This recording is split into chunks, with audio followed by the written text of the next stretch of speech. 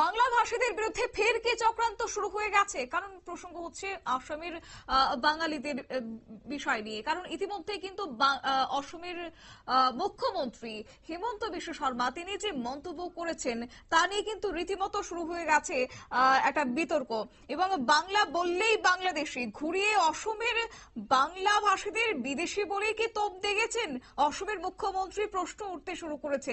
এই বিষয় নিয়ে যাবো বিস্তারিত। আমাদের সঙ্গে যুক্ত হয়ে গেছে বার্তা সম্পাদক দেবব্রত চক্রবর্তী। দেবব্রত দা, অসমের বঙ্গাল খেদা অভিযানের স্মৃতি আজও ক্ষতের সামিল রয়েছে। তারই মধ্যে এবার অসমের মুখ্যমন্ত্রী হিমন্ত বিশ্ব শর্মা এই ভাষণ রাখলেন, কি বা কারণ রয়েছে তার পেছনে? দেখো, বর্তমানে গোটা ভারত জুড়েই কিন্তু একটা এই ব্যাপারে অস্বস্তিকর বা ভিন্ন একটা পরিস্থিতি বললে কোনো ভুল হবে না। যে কারণে এখন এই ব্যাপারটা কিন্তু ইস্যু হয়ে দাঁড়িয়েছে সবার মধ্যে। এই ব্যাপারে একটা শুধু বাংলা ভাষীদের মধ্যেই না, সাধারণ অন্যান্য যারা ভাষাভাষী আছে তাদের মধ্যেও কিন্তু এই ব্যাপারটা চাগার হয়ে উঠেছে। এর মধ্যে তোমার অসমের মুখ্যমন্ত্রীর এক বক্তব্যের বিষয়টাকে কিন্তু বিতর্কে জড়িয়ে দিল। বাংলা বললেই বাংলাদেশি ঘুরিয়ে অসমের বাংলা ভাষীদের বিদেশি বলে লেগে দিলেন কি হিমন্ত শর্মা? এমন কিন্তু একটা প্রশ্ন উঠেছে। দেশের বিভিন্ন প্রান্তে হেনস্থার শিকার হতে হচ্ছে বাংলা ভাষীদের। কোথাও ধরপাকড়, কোথাও বাংলাদেশি বলে দাঁড়িয়ে দেওয়া, কোথাও কর্মক্ষেত্রে হেনস্থা। অন্তত তোমার বাংলার শাসক দল তৃণমূল কংগ্রেসের এমনটাই অভিযোগ। যে যে রাজ্যগুলিতে বাংলাভাষীদের হেনস্থার শিকার হতে হচ্ছে সেই তালিকায় নবতম সংযোজন কি এবার তবে আসাম? এমন প্রশ্ন কিন্তু উঠছে। অন্তত সে রাজ্যের মুখ্যমন্ত্রী তোমার হিমন্ত বিশ্ব শর্মার মন্তব্যে তেমনটাই মনে করছে যারা বিশেষজ্ঞ মহল রয়েছেন তারা। হিমন্ত ঘুরিয়ে বলে দিচ্ছেন বাংলা যাদের মাতৃভাষা তাদের নিজেদের বিদেশি হিসেবে পরিচয় দিচ্ছেন, তারা নিজেরা বিদেশি বলে পরিচয় দিচ্ছেন বলে এমন যে মন্তব্য করেছেন হিমন্ত বিশ্ব শর্মা, তাতে কিন্তু নতুন বিতর্ক তৈরি হয়েছে। অসমে বাঙালি বনাম অসমিয়া বিবাদ দীর্ঘদিনের, সে তা সবার জানা।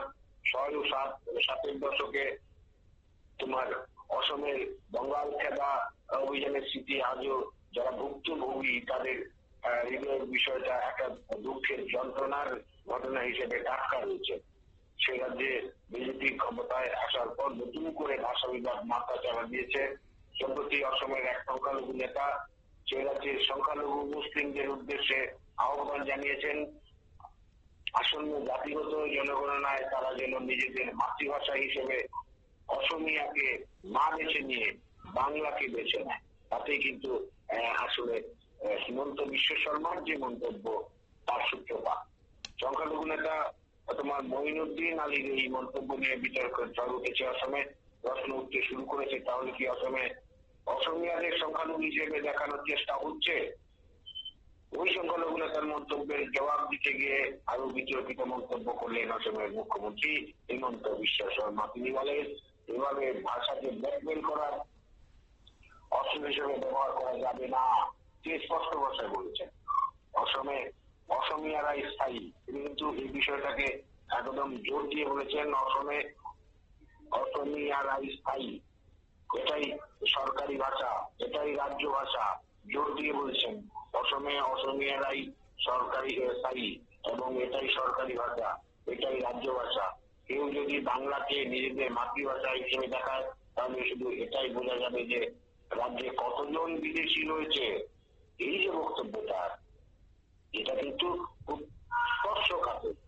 এটা নিয়েই কিন্তু তোমার মূল যে বিতর্কটা তা তৈরি হয়েছে।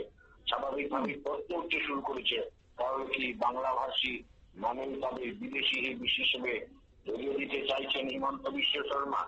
হিমন্ত অবশ্য কোন বিতর্কের ধার ধারতে নারাজ। তিনি বলেছেন শহর এলাকায় মুসলিমরা বরাবরই বাংলায় কথা বলেন, কিন্তু অসমের ভূমিপুত্র মুসলিমরা অসমিয়াতে কথা বলেন। তবে কি নিজেদের মাতৃভাষা হিসেবে কি লিখলো তাতে কিছু যায় আসে না।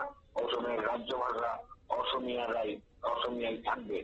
আর এই যে বক্তব্য বিশেষ করে তিনি যে বলেছেন অসমের যারা ভূমিপুত্র মুসলিম তারা কিন্তু অসমিয়াতেই বলেন, কথা বলেন, তারা বাঙালি, তারা অসমিয়াতেই বলেন এবং বাকি যারা বাংলা বলতে চাইছেন তাদের কিন্তু তোমার ঘুরিয়ে তিনি বলে দিলেন তারা বিদেশি, তারা অবশ্যই। ভারতীয় নয় বা অসমবাসী নয়।